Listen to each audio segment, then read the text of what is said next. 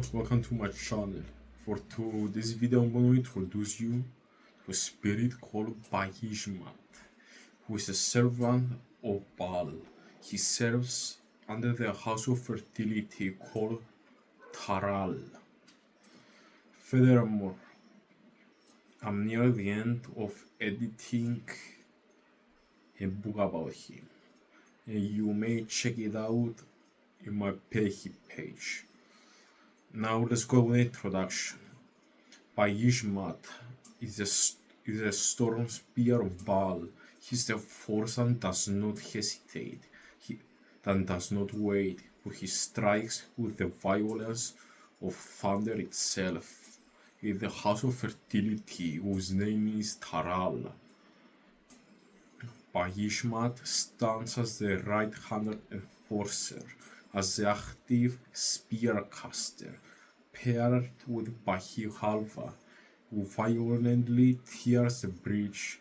One rips the resistance open, the other drives the weapon through where the opening is made. Baḥyishḥmaṭ sends the lightning javelin, anchoring, and it anchors deeply, and it cannot be withdrawn. Baḥyishḥmaṭ is called when the Ungaric phrase that says Baal sends the spear of his rain is spoken out loud. Baḥyishḥmaṭ enters. So think of the Ungaric phrase Baal sends the spear of his rain as an indirect invocation of both Baḥyishḥmaṭ and Baal. You can end this in your rituals and in invoking Baal. Furthermore, when spoken out loud, it cracks like thunder. It is a word that cuts through silence, a word that brings lightning down. Theologically, he is not only a spear in metaphor, he is also Baal's lightning weapon made flesh, the erotic thunderbolt that is heard into the field of creation. Baal defeats his enemies with the javelin of the storm.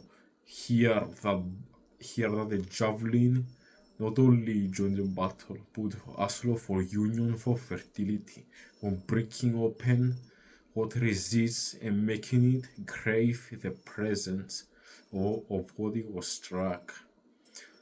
His role is suddenness, explosiveness, irreversibility. Once the spear is thrown, nothing can remain as it was. This is why Baḥyishḥmaṭ must be understood not only as a spell or technique, but as a spirit of violence in the service of fertility. So think of it more like hypermasculine. The hypermasculine that goes to war only to kill. But it is commanded, it is asked, this violence to be funneled in as to the protection of your own. So think this violence as almost external violence turning inwards, and not inwards turning outwards. He is the thrust of the storm into earth, the anchor of lightning into flesh, and not only after grasping the essential identity can we afford the powers, his practical uses, and the relationships with other spirits within the house of fertility, Taral.